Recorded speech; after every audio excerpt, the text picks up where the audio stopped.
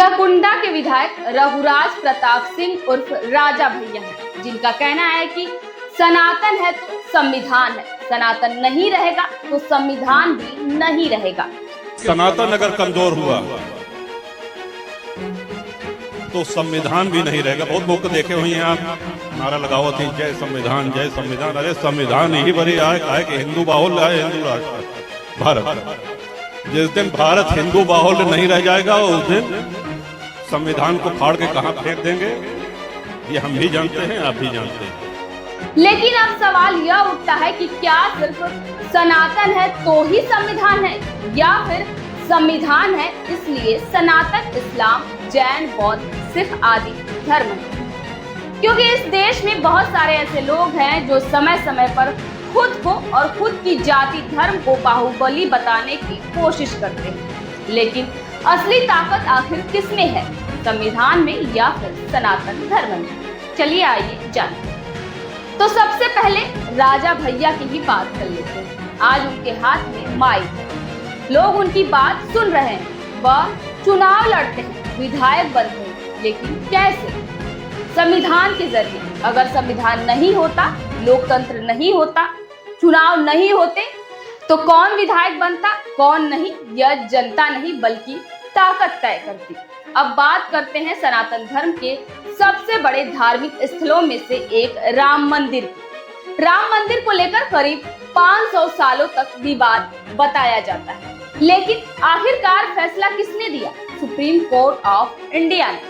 9 नवंबर 2019 को supreme court का फैसला आया। फिर 22 जनवरी 2024 को प्राण प्रतिष्ठा हुई, यानी राम मंदिर का रास्ता भी आखिर संविधान और अदालत से होकर निकला। अब बात करते हैं सबरीमाला टेम्पल की, जहां लंबे समय तक महिलाओं के प्रवेश पर रोक थी। कहा जाता था कि महिलाओं का जाना परंपरा के खिलाफ है, लेकिन 2018 में सुप्रीम कोर्ट ने कहा कि महिलाओं को रोकना बराबरी के अधिकार के खिलाफ है। इसके बाद से महिलाओं को प्रवेश का अधिकार मिला। अगर सिर्फ सनातन धर्म की चलती तो आज भी शायद महिलाएं वहां पूजा न कर पाती। वहीं इस संबोधन के दौरान कुंडा विधायक राजा भैया ने यह भी कहा कि हिंदू बाहुल्य होने के कारण ही भारत में धर्मनिरपेक्षता है। जिस दिन भारत हिंदू बाहुल्य नहीं रह जाएगा उस दिन संविधान को फाड़ के कहां फेंक देंगे ये हम भी जानते हैं, आप भी जानते हैं। आज जिस रूप में भारत है वो इसी वजह से है क्योंकि ये हिंदू बाहुल्य है। तो राजा भैया जी, सबसे पहले तो आप हमें ये बता दीजिए कि हिंदू बाहुल्य कैसे है?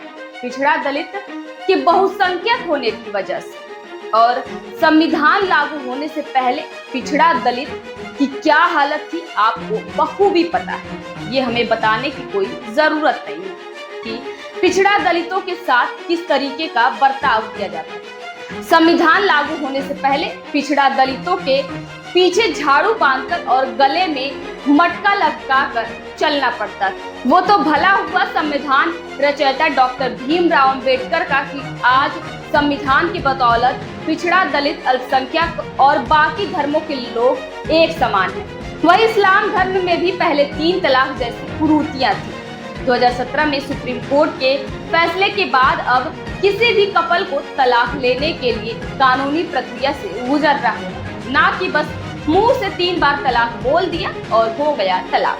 तो इसी प्रकार कई सारे ऐसे धर्मों में इस तरीके की कुरीतियां थी जो कि संविधान के जरिए खत्म की गई। फिलहाल वीडियो के अंत में मैं सिर्फ इतना ही कहना चाहूंगी कि मेरा मकसद किसी के धर्म की भावनाओं को आहत पहुंचाना नहीं है, बल्कि जाति धर्म पर पक रही राजनीतिक रोटियों से जागरूक कराना है।